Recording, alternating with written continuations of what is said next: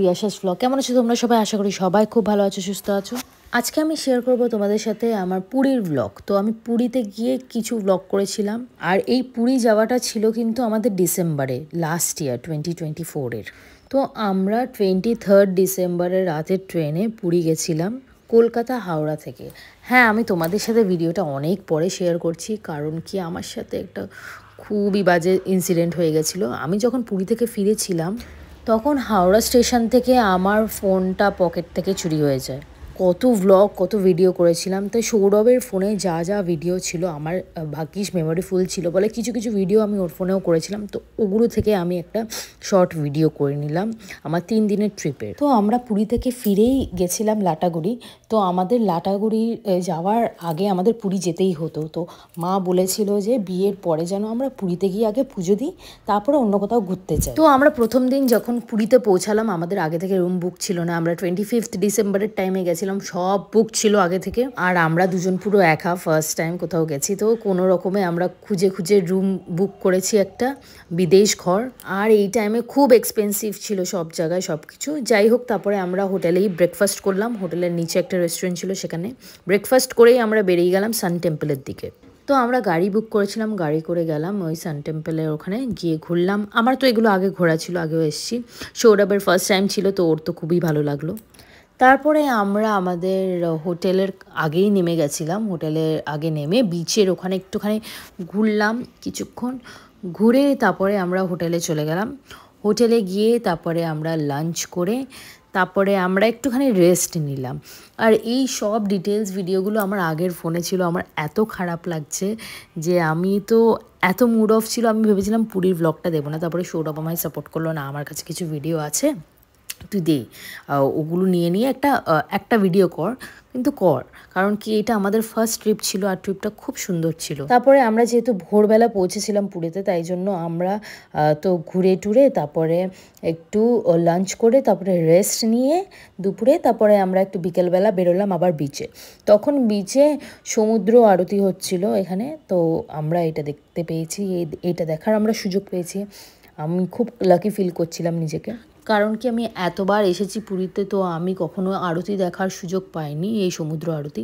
তো এই প্রথম দেখলাম, আমি খুব খুশি ছিলাম। তারপরে আমি আর সৌরভ কিছু ফ্রিজ ম্যাগনেট, তারপরে জগন্নাথ বলরামের ফটো এইসব কিনলাম ওখানে দোকানের থেকে, বিচে যেই দোকানগুলো আছে। তারপরে আমরা বিচে বসে একটু অমলেট খেলাম।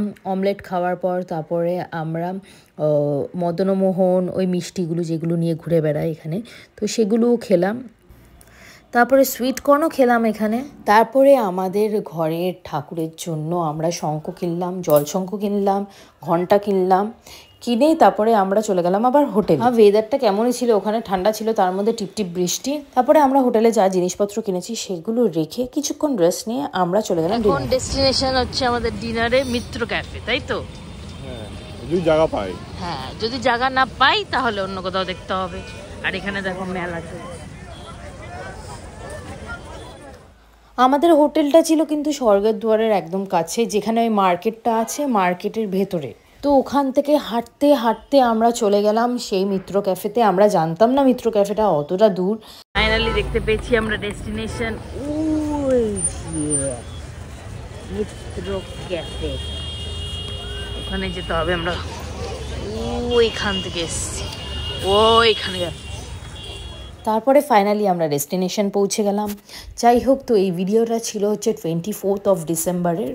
আমরা ভেবেছিলাম আজকে পুজো দেবো, তারপরে মাথায় আসলো না 25 ডিসেম্বর তো আমাদের বিয়ের 1 মান্থ হচ্ছে, তাই জন্য আমরা পরের দিনই পুজোটা দিয়েছিলাম পুরীর মন্দিরেতে গিয়ে।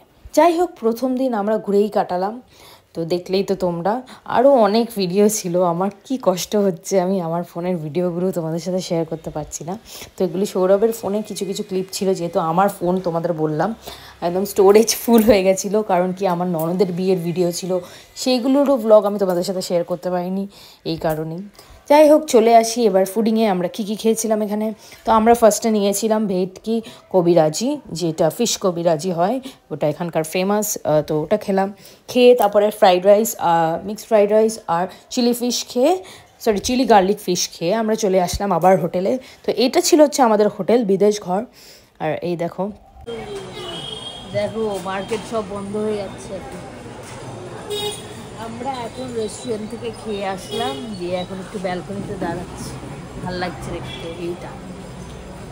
তো আমাদের যেহেতু ফার্স্ট টাইম, তো আমরা পান্ডার নাম্বার আমাদের হোটেল থেকে দিয়েছিল, সেই নাম্বারে কল করে আমরা পরের দিনের জন্য বলি যে আমরা যাব মন্দিরের জন্য, যেন আমাদের একটা পান্ডা দেয়। ওরা বলেছিল ঠিক আছে পাঠিয়ে দেবে, বাট খুব ভিড় হবে, যেহেতু 25th of December ছিল, তাই বলেছিল তাড়াতাড়ি বেরোতে। আমরা 6টা নাগাদ বেরিয়েছিলাম। সেদিন ছিল মারাত্মক বৃষ্টি, সেই অনুযায়ী তাই ভিড়টা একটু কম ছিল, কিন্তু তাও অনেকই ভিড় ছিল। কিন্তু আমরা খুব ভালো দর্শন করেছি, দর্শন করে বেরিয়ে পড়লাম। তো এখন আমরা চলে আসলাম লাইট হাউস।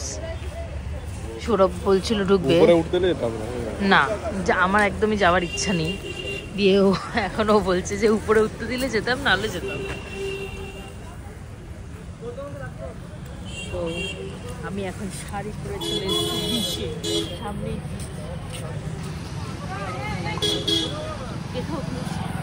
মন্দির থেকে বেরিয়ে আমরা একটু ঘুরু ঘুরু করছিলাম, তো দেখলেই তো চলে আসলাম লাইট হাউস। আমাদের লাইট হাউসে উঠতে দিচ্ছিল না ফার্স্টে, তাই জন্য আমরা বিচে চলে আসলাম। তারপর পরে দেখছি লোকরা ঢুকতে দিচ্ছিল। সৌরভ উপরে লোকজন দেখেছে, দেখে বলছে আমি উঠবো উপরে, দিয়ে আমরা এখন উপরে যাবো। আমার একদম ইচ্ছা করছে না উপরেতে, বাট ভাবলাম যাই, আমি একা কি দাঁড়িয়ে থাকবো, ভাবলাম যাই। ও বলছে আমি কখনো লাইট হাউস উঠিনি, সব লাইট হাউসই বন্ধ থাকে, তো এটাই যাবো। চলো টিকিট করছে, চলো। আমার বর কি খুশি, এই হলো গিয়ে সিঁড়ি, কত উপরে উঠতে হবে ভেবেই মাথা ঘুরছে। তো পুরো হাঁপিয়ে গেছে, এসে অনেক উঁচু, অনেকটা হাঁটতে হয়েছে, কত উঁচুতে চলে এসেছি। এই বলতা মাগো, আমার হাতে বলতা ছিল, কত উঁচুতে উঠে গেছি, ও বাবা গো। তারপরে এখানে উঠে যাওয়ার পর এখান থেকে ভিউটা কিন্তু দারুণ লাগছিল, তোমরা জাস্ট দেখো কি সুন্দর লাগছিল। এখানে এসে বুঝতে পারলাম লাইট হাউসের এখানেও কত সুন্দর সুন্দর হোটেল আছে।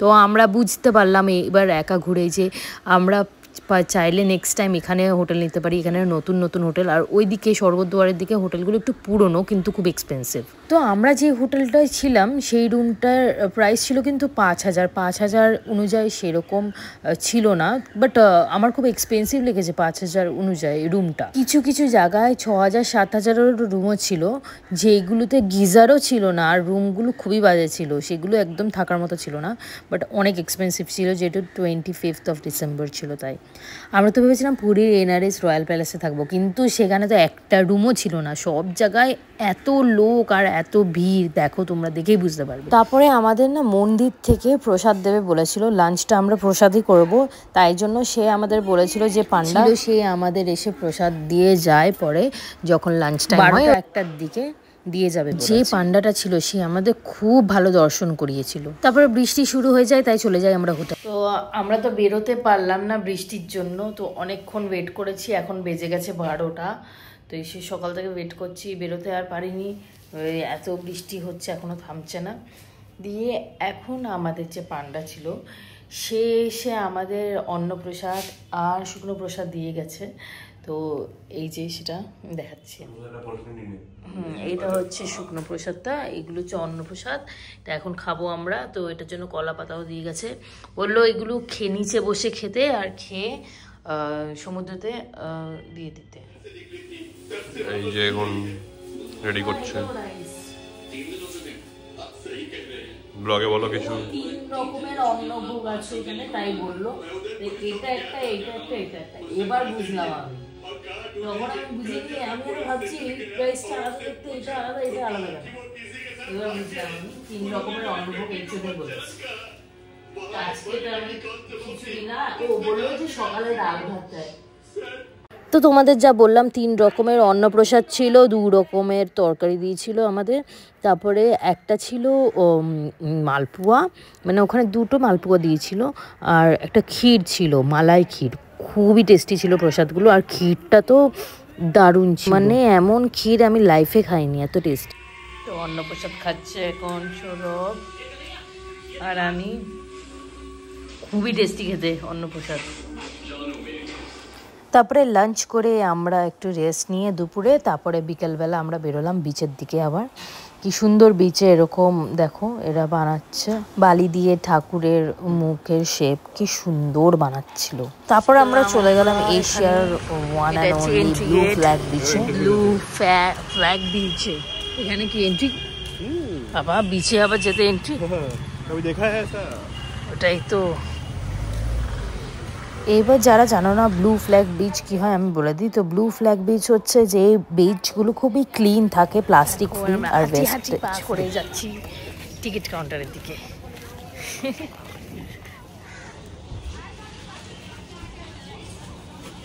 আমার বর ওখানে টিকিট কাটছে।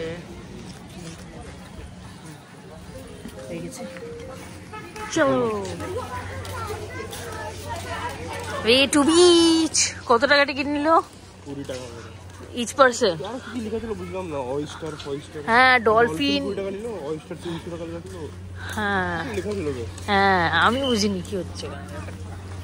এখন আপাতত বিচে যাই দেখি। আবার এটা মানে ভ্যালিড আছে 3 ঘন্টা।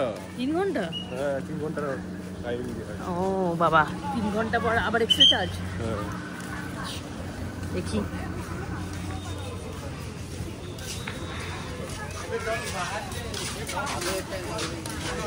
চেকিং করে ঢুকে গেলাম আমরা। এখানে বাইরের ফুড অ্যালাউ নেই না? বাইরের ফুড অ্যালাউ নেই, আর কি কি অ্যালাউ নেই? অনেক কিছুই অ্যালাউ নেই বাইরের। इनसाइड में फूड भी तो है।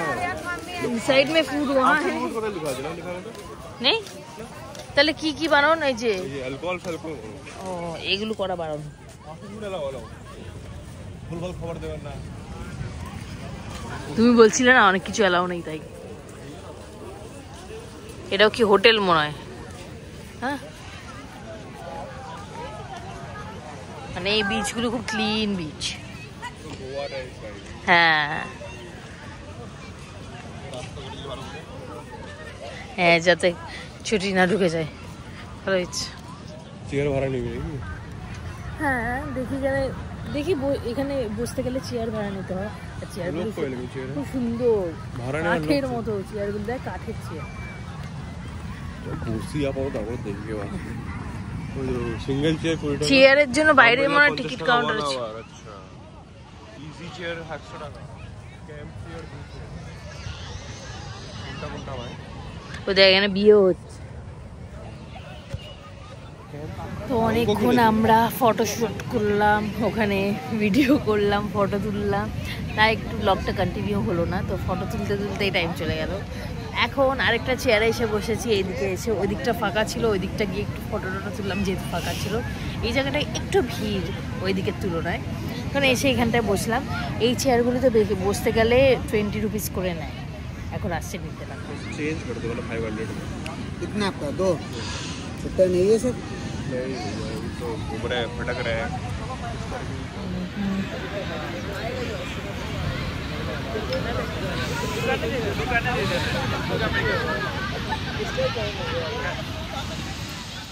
তারপরে ওই বিচে গিয়ে যা বৃষ্টি ছিল, বিশাল জোরে বৃষ্টি নেমেছিল, পুরো চুপচুপে ভিজে গেছিলাম।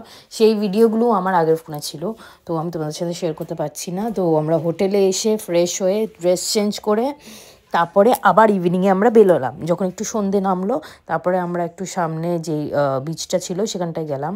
তারপরে এই দেখো আমি এই ব্যাগটা কিনেছি। এই বিচের যেই ছোটো ছোটো দোকানগুলো ছিল সেই দোকানের থেকে একটা দোকান থেকে আমি এই ব্যাগটা কিনেছি। আমার খুব পছন্দ হয়েছিল টোট ব্যাগটা, তাই কিনেছি।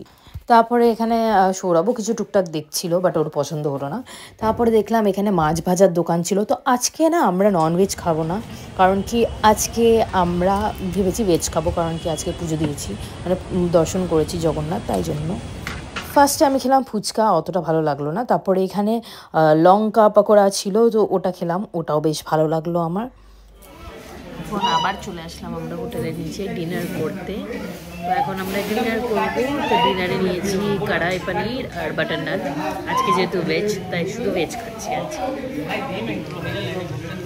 ওয়েট করছি খাবারের জন্য। আজকে ছিল আমাদের লাস্ট ডে পুরীতে। তো আমাদের এটা লাস্ট ডে ডিনার করছি আমরা। তো ডিনার করে আমরা কালকে তো বেরিয়ে যাব। তারপর পরের দিন আমাদের চেক আউট টাইম ছিল সকাল 8টায়। আমরা চেক আউট করে নিয়েছিলাম, তারপরে আমরা একটু ব্রেকফাস্ট করলাম, ব্রেকফাস্ট করে তারপরে চলে গেলাম স্টেশনে। আমি অনেক ডিটেলসে ভিডিও করেছিলাম। আমাদের এই হোটেলের নিচে এই রেস্টুরেন্টটা খুবই টেস্টি খাবার পাওয়া যেত, সব কটা খাবার খুবই টেস্টি ছিল। আমার ফোনটা হারিয়ে যাওয়ার কারণেই আমি তোমাদের সাথে শেয়ার করতে পারলাম না। তো প্রথম দিন আমরা ব্রেকফাস্ট তারপর লাঞ্চ এসব এখানেই করেছিলাম। তো এখানের খাবার যথেষ্ট ভালো। আমাদের হোটেলের নিচে যে রেস্টুরেন্টটা ছিল তার নাম ছিল পারিজাত রেস্টুরেন্ট। তো সেইটার ব্রাঞ্চ অনেকগুলোই দেখেছিলাম, হয়তো অনেক ফেমাস, খুবই ভালো খেতে, অবশ্যই তোমরা ট্রাই করো গেলে। যাই হোক, আমার ভিডিওটা এখানেই এন্ড করলাম। ভালো লাগলে প্লিজ লাইক, শেয়ার আর সাবস্ক্রাইব করো।